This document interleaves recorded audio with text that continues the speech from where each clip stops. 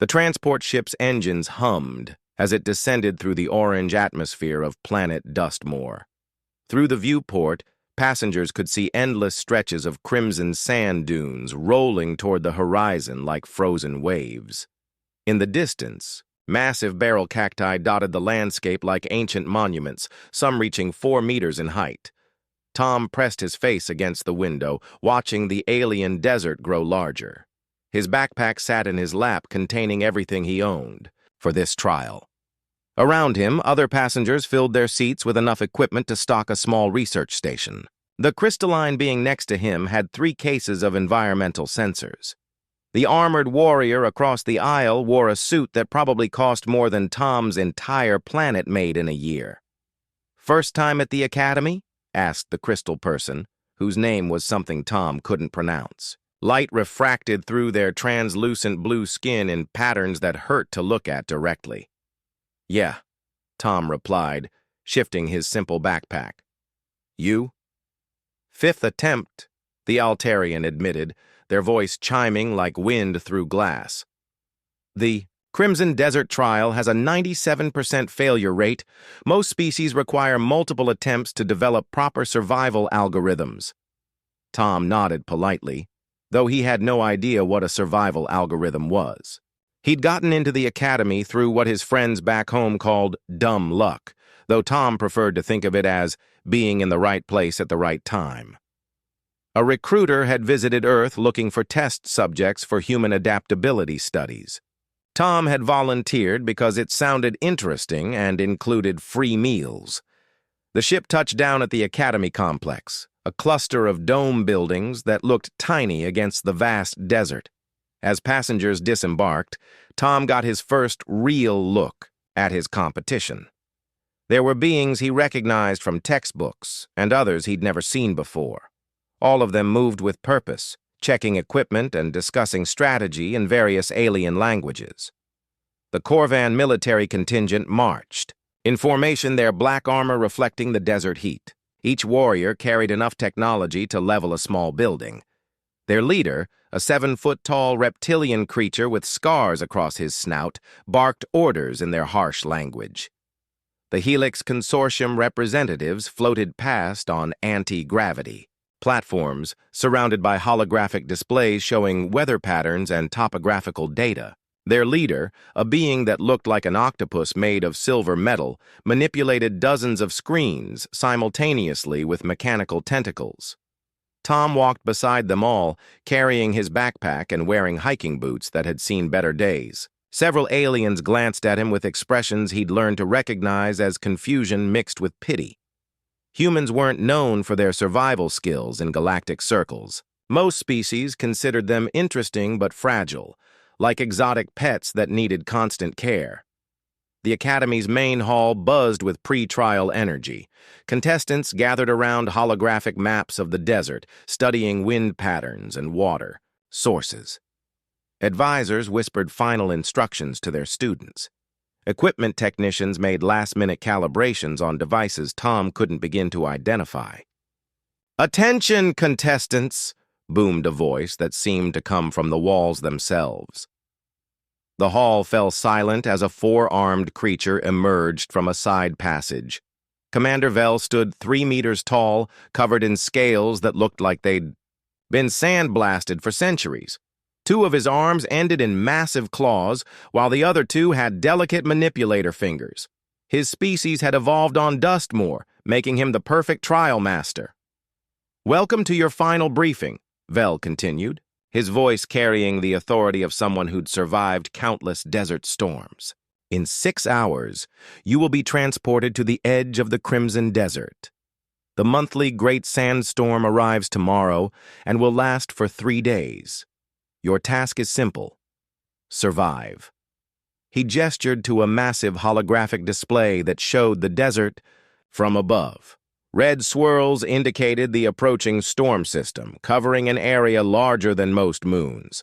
"The storm's electromagnetic interference will disable all advanced technology," Vell explained. "Your computers, communication devices, and power sources will be useless. You must rely on basic navigation and survival instincts." A Helix representative raised a metallic tentacle. What about emergency beacons? Functional, but activating one means immediate disqualification and rescue, Vel replied.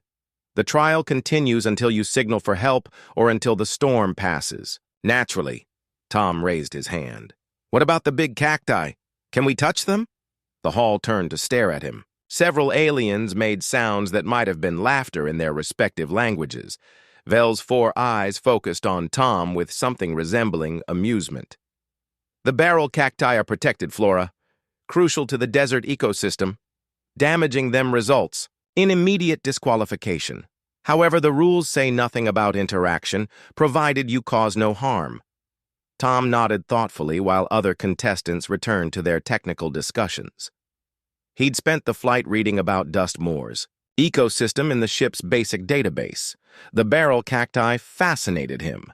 They were ancient, some over 1,000 years old, and had developed remarkable adaptations to survive the planet's harsh conditions.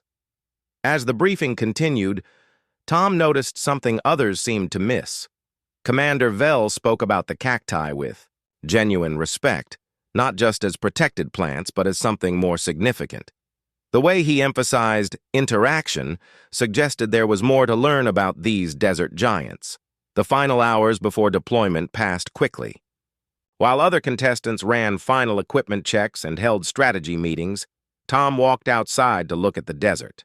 The wind carried the scent of sand and something else, something alive and growing. In the distance, the massive cacti stood, like sentinels, their thick walls glowing orange in the setting sun. A small desert creature scurried past his feet, heading directly toward one of the nearer cacti. Tom watched as it disappeared into what looked like solid plant matter. He blinked and looked closer. There, almost invisible unless you knew where to look, was a small opening at the base of the cactus. Tom smiled and walked back toward the academy, complex. Around him, his fellow contestants made final preparations for what they considered a battle against the desert. Tom, however, was beginning to think that maybe the desert didn't want to be fought. Maybe it wanted to be understood. The crimson sun set over Dustmoor, and tomorrow would bring the trial that had broken countless advanced civilizations. But tonight, Tom slept peacefully, dreaming of giant plants and small desert creatures who seemed to know something the rest of the galaxy had missed. Dawn came with a silence that felt heavy across the crimson desert. The air hung still, as if the planet itself was holding its breath. Transport vehicles dropped contestants at various points along the desert's edge, each pilot eager to leave before the storm arrived. Tom stepped off his transport onto sand that was already warm despite the early hour. The pilot, a nervous, 6-legged creature with compound eyes, barely waited for him to clear the landing zone before lifting off again. Within minutes, Tom stood alone in a landscape that stretched endlessly in all directions. Other contestants had been dropped at different locations, all roughly the same distance from potential shelter. Through his basic binoculars, Tom could see movement in the distance where other survivors were already implementing their strategies. A group of metallic figures moved in perfect formation toward a rocky outcropping. Somewhere else, crystalline. Shapes glinted as they took precise measurements of their surroundings. Tom shouldered his backpack and started walking. He had no sophisticated plan, no environmental calculations, and no advanced equipment. What he did have was curiosity and a growing feeling that everyone else was thinking about this wrong. The first sign of the approaching storm appeared as a dark line on the horizon. Within an hour, that line had grown into a wall of churning, sand that reached toward the sky. The wind began to pick up, carrying the sharp smell of dust and electricity. Tom found his first barrel cactus as the storm clouds gathered overhead. The massive plant stood nearly 4 meters tall, its thick walls covered in protective spines. Most species would see it as an obstacle or, at best, a landmark. Tom saw it as a neighbor. He walked slowly around the cactus, noting how its base widened where it met the sand. The morning sun cast shadows that revealed subtle variations in the plant's surface. Here and there, Tom spotted small holes that looked too regular to be damage. Desert creatures had made these, he realized, creating partnerships with the ancient plants. The storm hit like a hammer. One moment Tom was examining the base of his cactus, and the next he was engulfed in a screaming wall of sand and wind. The electromagnetic pulse that preceded the storm's full fury fried every piece of advanced technology within 1,000 kilometers. In the distance, Tom could hear the Helix Consortium's anti-gravity platforms crashing to the desert floor. Visibility dropped to zero. The wind reached speeds that could knock down buildings. Sand particles became projectiles that would strip flesh from bone if given the chance. The temperature began its first violent swing, dropping from desert heat toward freezing as the storm blocked the sun. While his competitors struggled against the storm's fury, Tom did something that would have seemed impossible to any other species. He found the small opening he'd noticed at the cactus's base and squeezed inside. The interior of the barrel cactus was nothing like what xenobiology textbooks described. Instead of solid plant matter, Tom discovered a hollow chamber large enough for him to stand upright. The walls were lined with soft, spongy tissue that glowed with bioluminescent patches. Clean water dripped from specialized structures overhead, collecting in natural basins carved into the floor. Tom stared in wonder at what was clearly a living shelter. The cactus hadn't just evolved to survive the desert, it had evolved to provide sanctuary. The thick walls blocked the storm's sound to a manageable level. The internal temperature remained steady despite the chaos outside. Air circulated through hidden vents that connected to the plant's breathing system. Outside, the storm raged with unprecedented fury. Tom's fellow contestants were learning harsh lessons about the difference between surviving on paper and surviving in reality. The Altarians, despite their mathematical precision, watched their crystal matrices crack under electromagnetic stress. Their perfect calculations meant nothing when the variables changed faster than they could process. 3 of them had already activated emergency beacons after their light-based communication system failed. The Corvan military unit attempted to form defensive positions using their training and discipline. Their leader, scarred from countless battles, found that none of his experience applied to an enemy that couldn't be fought. Sand filled their equipment, wind scattered their formations, and the desert showed no respect for military hierarchy. The Helix Consortium fared worst of all. Their entire survival strategy depended on technology that no longer functioned. Without their computers and sensors, they were blind in an environment they'd never bothered to understand beyond data points. 2 of their representatives were already in medical distress from exposure. The insectoid Zephyrians tried to burrow underground, but the storm's intensity made even shallow digging impossible. The aerial Nimbus people searched desperately for high ground, only to discover that elevation made them even more vulnerable to the wind. Each species applied their traditional strengths to a problem that required something else entirely. They treated the desert as an enemy to be defeated rather than an environment to be understood. Tom, meanwhile, explored his living shelter with growing amazement. The cactus's internal structure was a masterpiece of evolutionary engineering. Specialized chambers collected and filtered water from the rare desert rains. Other sections stored nutrients that the plant shared with its animal partners. Bioluminescent, bacteria provided gentle light in exchange for the warmth of Tom's body. As night fell and the temperature outside plummeted, Tom remained comfortable in his natural habitat. The cactus's thick walls provided perfect insulation. Its internal heating system, powered by slow biological processes, maintained a stable environment regardless of external conditions. Tom ate a simple meal from his supplies and offered small portions to the cactus itself, placing them near what looked like feeding roots. The plant's bioluminescence seemed to brighten slightly in response, though Tom couldn't be sure if that was real or imagination. Through the storm's howling, he occasionally heard the electronic beeps of emergency beacons being activated. Each signal meant another contestant had admitted defeat. Tom felt sorry for them, but he also felt something else, a deep appreciation for the ancient wisdom of the desert and its inhabitants. The barrel cactus had been offering shelter for thousands of years, but only to those smart enough to ask for it rather than try to take it. Tom settled in for what promised to be a long night, surrounded by the gentle sounds of a living building that had been perfecting its design since before his species had discovered fire.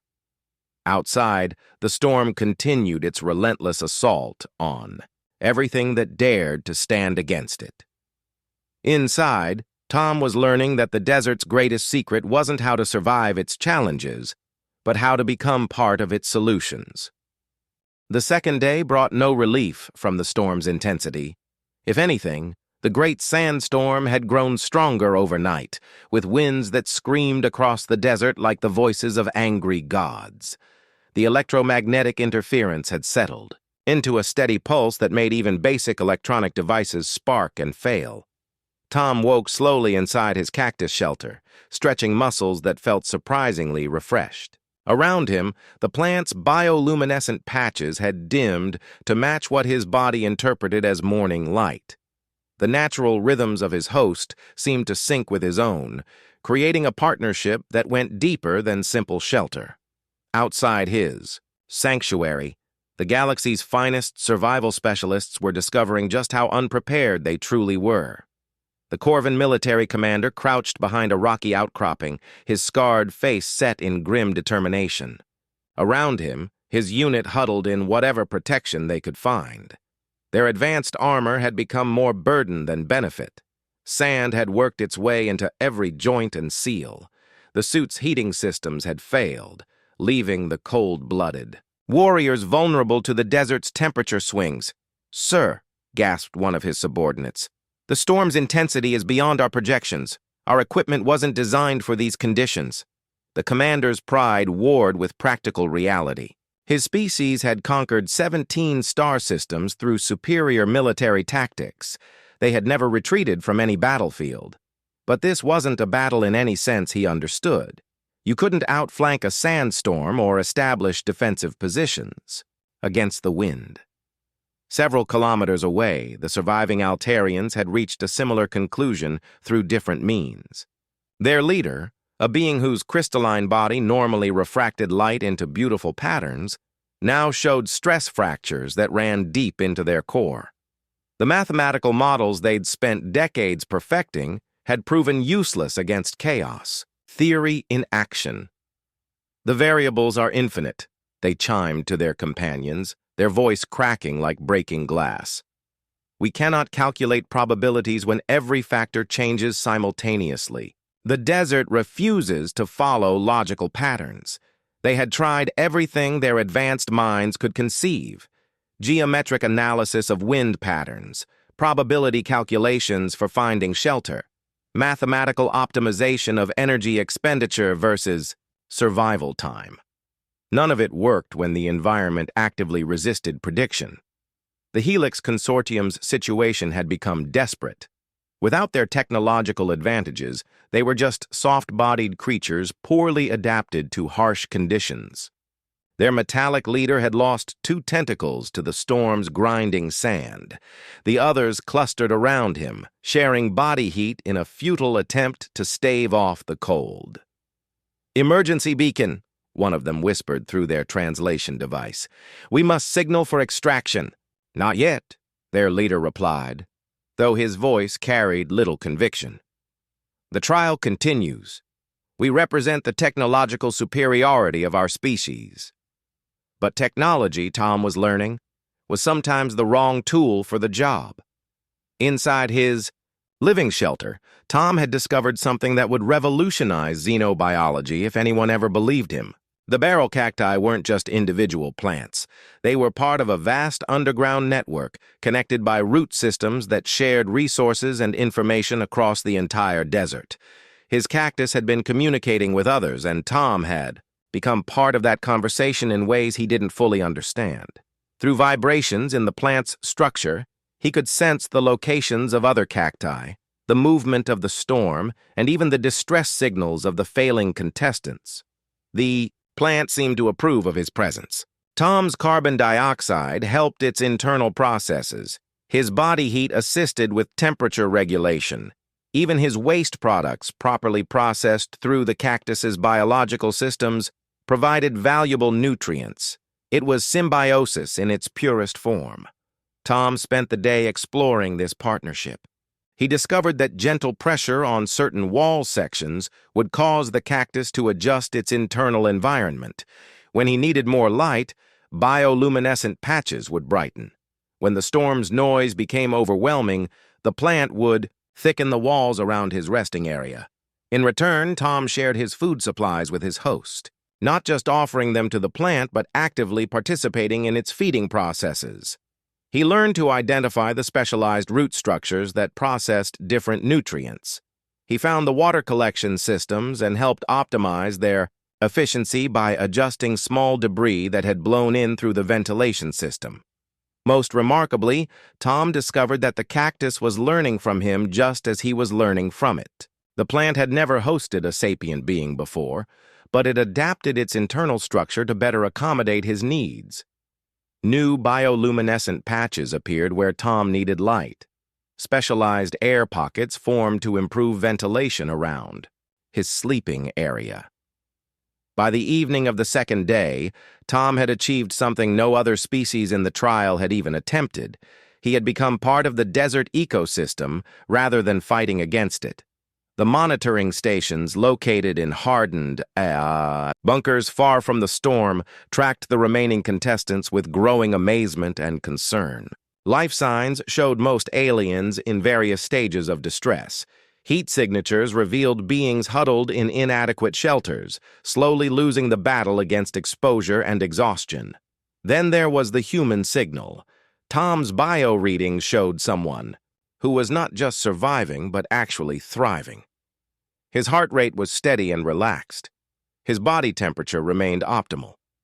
Most puzzling of all, his location seemed to be shifting in impossible ways, as if he was somehow moving through solid plant matter.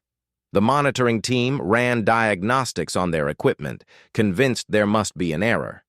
The readings suggested that Tom was not only comfortable, but had somehow integrated his life signs with those of the desert flora around him.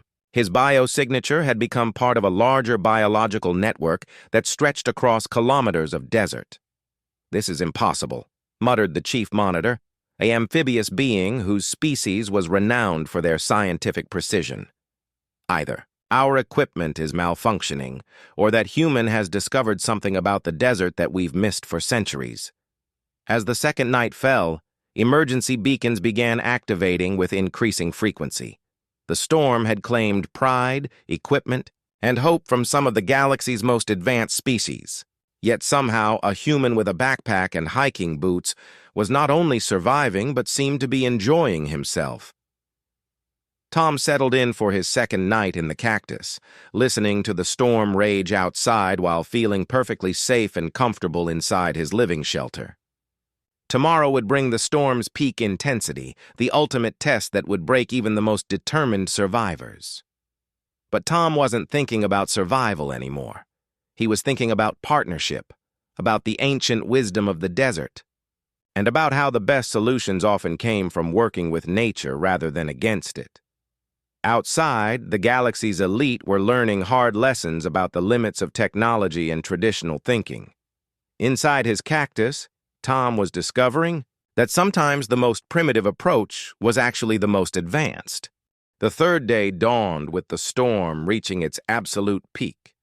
The great sandstorm of Dustmore had become something beyond weather, transforming into a force of nature that seemed determined to scour all life from the desert's surface. Wind speeds exceeded anything in the monitoring equipment's database. The electromagnetic interference had grown so intense that it created visible lightning within the swirling sand clouds. This was the day that broke the will of the galaxy's most elite survival specialists. The Corvan military commander finally made the decision that would haunt him for the rest of his career. With two of his warriors unconscious from exposure and a third showing signs of severe hypothermia, he activated their unit's emergency beacon. The proud warrior, who had never retreated from any battlefield, watched helplessly as rescue shuttles fought their way through the storm to collect his broken team.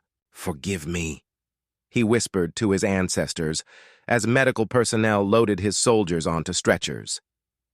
"The desert has defeated what no enemy could."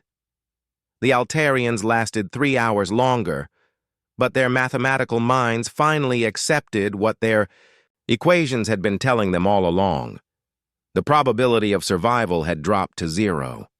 Their crystalline leader, stress fractures now spreading throughout their body like spider webs, activated their beacon with the detached precision of a scientist recording a failed experiment. "The variables are infinite," they reported to their rescue team. "We have insufficient data to model survival in true chaos. The desert operates outside known mathematical principles." The Helix Consortium held out until noon, their technological superiority unable to accept defeat by a primitive environment. When their leader finally admitted failure, he did so with the bitter taste of irony. Their most advanced sensors couldn't locate water, but the human had somehow found not just shelter, but comfort in the middle of the deadliest storm in the desert's recorded history. One by one, emergency beacons lit up across the desert. The insectoid Zephyrians, overwhelmed by sand in their breathing systems. The aerial Nimbus people, grounded and helpless without their flight capabilities. Species after species discovered that evolution's gifts meant nothing when taken out of their intended context. By mid-afternoon, rescue teams had collected every contestant except one. Tom was taking a nap inside his cactus shelter, surrounded by the gentle glow of bioluminescent patches and the soothing sound of water dripping into natural pools. Tom had achieved something that would enter galactic survival textbooks as either impossible or revolutionary. He was completely relaxed during the worst natural disaster the planet could produce. The monitoring station's sensors painted an unbelievable picture. Tom's vital signs showed someone in the deep stages of restful sleep. His body temperature was perfect. His heart rate suggested peaceful dreams. Most impossible of all, the biological network he'd somehow integrated with was not just maintaining his life but actively improving his physical condition. "Check the readings again," ordered the monitoring chief, her amphibious features twisted with disbelief. "Run full diagnostics on all sensor arrays." Her subordinates ran the tests 3 times. The results remained consistent and impossible. "Sir," reported her technical officer, "the human's biosignature has become indistinguishable from the barrel cactus ecosystem. His respiratory patterns match the plant's oxygen exchange cycles. His metabolic rate has synchronized with the cactus's nutrient processing. It's as if he's become part of the desert's biological network." The monitoring chief stared at the display showing Tom's location. The storm raged around the massive cactus with undiminished fury, but inside its protective walls, the human slept peacefully. More than peaceful, he appeared to be in the best physical condition of any contestant they'd ever monitored. What the observers couldn't see was the remarkable transformation taking place inside the cactus. Tom's partnership with his host had evolved into something approaching true symbiosis. The plant had modified its internal structure to better accommodate him, creating specialized chambers for his comfort. In return, Tom's presence had optimized the cactus's storm survival systems in ways that millions of years of evolution had never achieved. Tom's carbon dioxide output helped regulate the plant's internal chemistry. His body heat assisted with critical biological processes that normally slowed during storms. His movements, even while sleeping, created beneficial vibrations that helped the cactus distribute nutrients throughout its massive structure. The partnership had become so complete that Tom was dreaming the cactus's dreams. In his sleep, he experienced the slow, patient thoughts of a plant that measured time in centuries rather than moments. He felt the vast underground network of root systems that connected every cactus in the desert, sharing resources and information across impossible distances.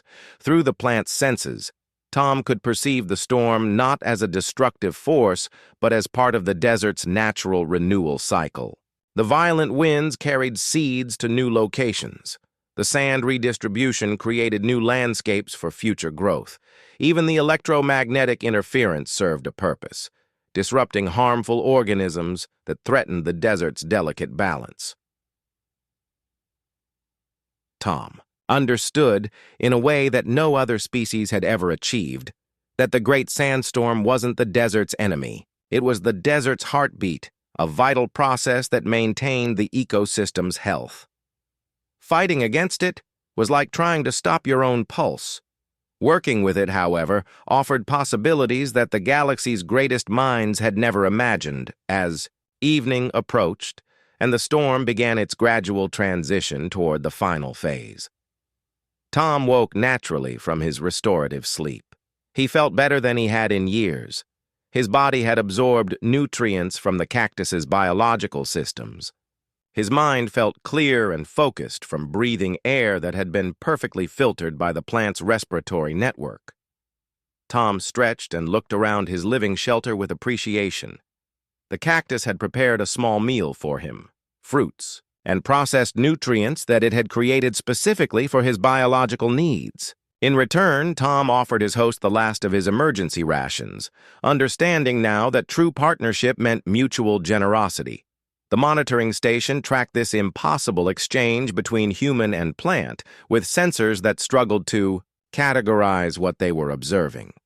Tom appeared to be communicating with a life form that had no known communication capabilities.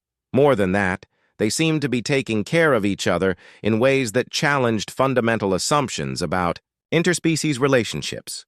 "Prepare a full xenobiological research team," the monitoring chief ordered. "When this storm ends, we're going to need to completely revise our understanding of desert ecology." Outside, the last few contestants activated their emergency beacons as night fell. The storm had claimed everyone except the human who had found a way to make friends with the desert itself. Tom settled in for what he knew would be his final night in the cactus, already feeling sad about leaving his new partner when the trial ended. But the trial had changed him in ways he was only beginning to understand. He was no longer the same human who had arrived on Dustmore with nothing but curiosity and a willingness to ask questions that others considered silly. He had become something new, something that bridged the gap between civilization and the wild wisdom of ancient ecosystems.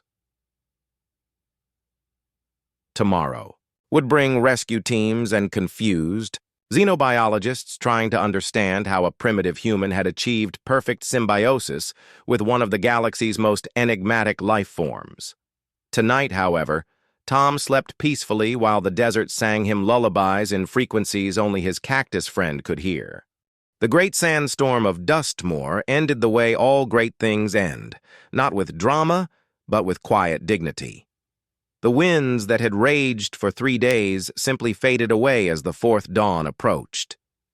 The electromagnetic interference dissolved into clear air. The curtain of sand that had hidden the desert settled back to earth, revealing a landscape that looked both familiar and completely transformed. Rescue teams spread across the Crimson Desert like a medical army, their vehicles kicking up small clouds of dust as they searched for the trial's survivors. Most of their work was already done. Emergency beacons had guided them to contestants throughout the storm's duration, collecting beings in various states of physical and emotional exhaustion. The rescuers expected to find one more beacon, probably, activated sometime during the night. Instead, they found Tom emerging from a barrel cactus like he was stepping out of a luxury hotel. Tom squeezed through the natural opening at the cactus's base and stretched in the morning sunlight. His clothes were clean, his skin showed a healthy glow, and he appeared to have actually gained weight during his 3-day ordeal. Behind him, the massive cactus seemed to pulse with satisfied energy, its bioluminescent patches visible even in daylight. The rescue team leader, a professional emergency responder who had seen everything the galaxy could throw at survival situations, stopped his vehicle and stared. In 30 years of desert rescues, he had never seen anything like this. "Human Tom," he called out, checking his roster. "Are you injured? Do you require medical assistance?" "No, I'm fine," Tom replied, shouldering his backpack. "Actually, I feel great. Thank you for asking." He turned back toward the cactus and placed his hand on its surface. "Thank you, friend. Take care of yourself." The rescue team watched in amazement as the cactus's bioluminescence flared brightly in response, creating patterns of light that seemed almost like communication. Tom nodded as if he understood, then walked toward their vehicle with the easy stride of someone who had just completed a pleasant camping trip. During the flight back to the academy, Tom learned what had happened to his fellow contestants. The rescue coordinator briefed him with professional detachment, though her voice carried undertones of confusion and respect. 97 contestants began the trial, she reported. 96 activated emergency beacons and required rescue. Injuries ranged from severe dehydration to equipment failure syndrome to psychological trauma from storm exposure. You are the only contestant to complete the full trial duration without requesting assistance. Tom nodded politely, though privately he wondered if anyone would believe what had really happened. The partnership he'd formed with the cactus seemed too strange to explain, too simple to be credible. He decided to wait and see what questions people asked before deciding how much to share. The Academy's debriefing session became legendary within hours of its conclusion. Representatives from every major species gathered in the main hall to understand how their finest survival specialists had been defeated by conditions that a single human had not just survived, but apparently enjoyed. The session was recorded by dozens of organizations for academic study and, in some cases, damage control for embarrassed governments. Commander Vell, the four-armed trial master, conducted the debriefing with the systematic precision of someone who had done this thousands of times before. But even his centuries of experience hadn't prepared him for what he heard. The Corvin military commander stood at attention despite his obvious exhaustion. "We attempted standard tactical approaches to environmental challenges, formation movement, toward high ground, establishment of defensive positions, resource conservation protocols. The storm's intensity exceeded our equipment specifications and tactical doctrine. His report was professional and thorough, but it carried the weight of a proud species acknowledging a fundamental limitation in their worldview. Military solutions required enemies that could be fought. The desert had presented them with something else entirely. The Altarian representative, their crystalline body still showing stress fractures from the storm, delivered their analysis with mathematical precision. We attempted to model storm behavior using advanced probability matrices and environmental algorithms. The system demonstrated chaotic properties that rendered predictive modeling ineffective. The desert operates outside linear mathematical frameworks. Similar reports came from every species present. Each had applied their traditional strengths and failed when those strengths proved irrelevant to the challenge at hand. Then came Tom's turn. "How did you survive the trial?" Commander Vell asked, his four eyes focusing on the human with genuine curiosity. Tom thought for a moment, trying to find words that would convey his experience without sounding completely ridiculous. "I asked the desert for help," he said simply, "and it said yes." The hall erupted in confused murmurs. Several species began rapid conversations in their native languages. A few beings made sounds that might have been laughter or derision. Commander Vell raised one massive claw for silence. "Explain what you mean by asking the desert for help."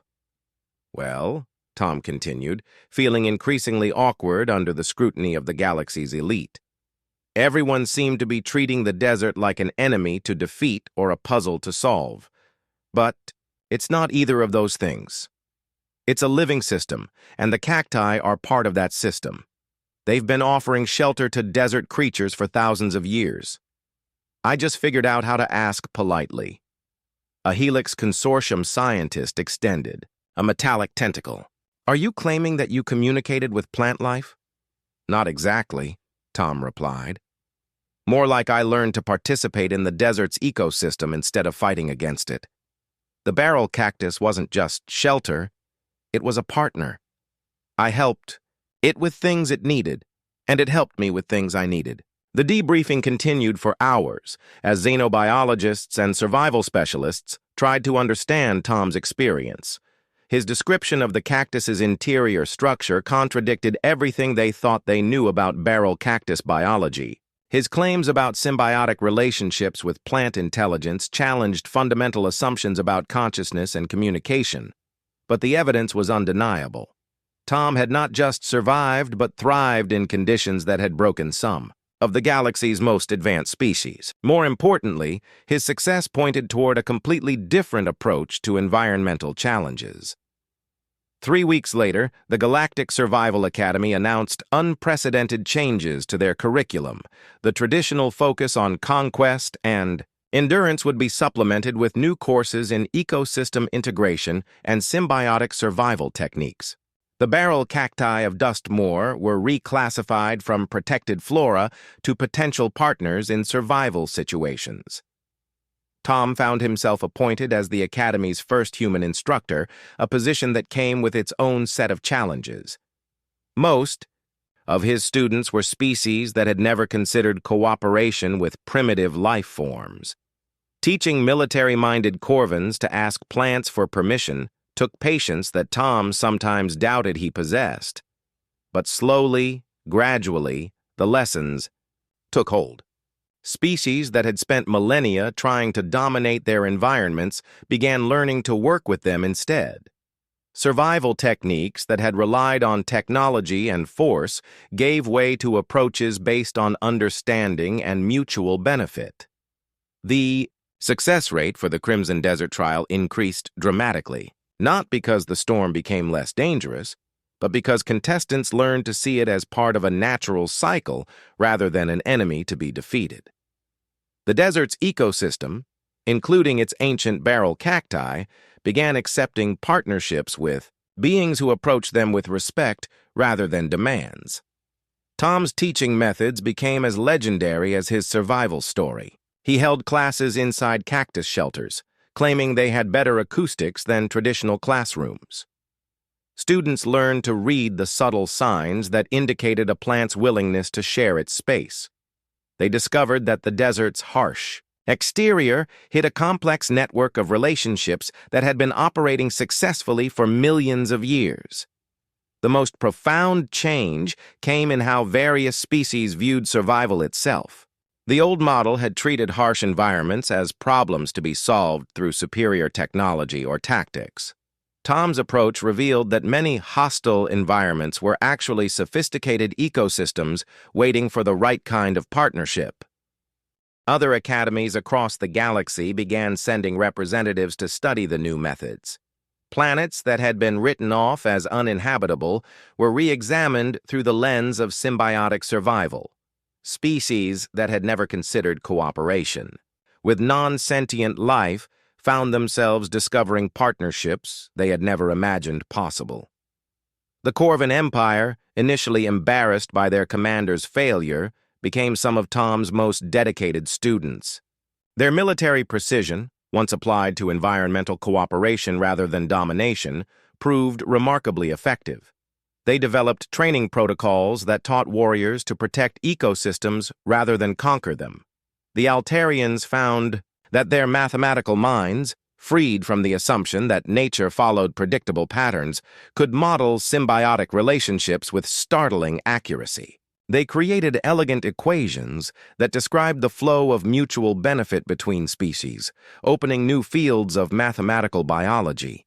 Even the technology-dependent Helix Consortium learned to see value in approaches that didn't require advanced equipment. Their engineers began designing devices that worked with natural systems rather than replacing them, creating technologies that enhanced symbiosis rather than dominating environments.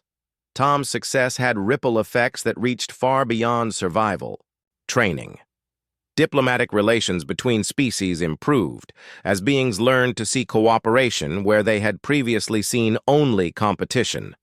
Environmental restoration projects across the galaxy adopted symbiotic approaches that proved more effective than traditional terraforming methods. The barrel cacti of Dustmoor became unwitting ambassadors for a new way of thinking about intelligence and communication. Xenobiologists discovered that the plants had been maintaining their shelter-sharing relationships for geological ages, waiting patiently for someone wise enough to ask rather than take. A year after the trial, Tom received a message that made him smile. It was from the Academy's monitoring station, reporting that the barrel cactus that had sheltered him was showing unprecedented growth and health. Apparently, their brief partnership had benefited the ancient plant as much as it had helped Tom. The message included an invitation to return to Dustmoor, not as a student or instructor, but as an honored guest of the desert ecosystem itself. Tom accepted immediately, eager to visit his old friend and learn what new partnerships the desert might offer. Standing in the Academy's main hall, surrounded by beings from dozens of species who had come to study human survival techniques, Tom reflected on how much had changed.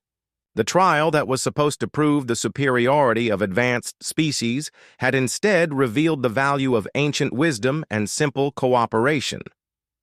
Commander Vell approached him after the latest graduation ceremony, his 4 eyes reflecting something that might have been amusement.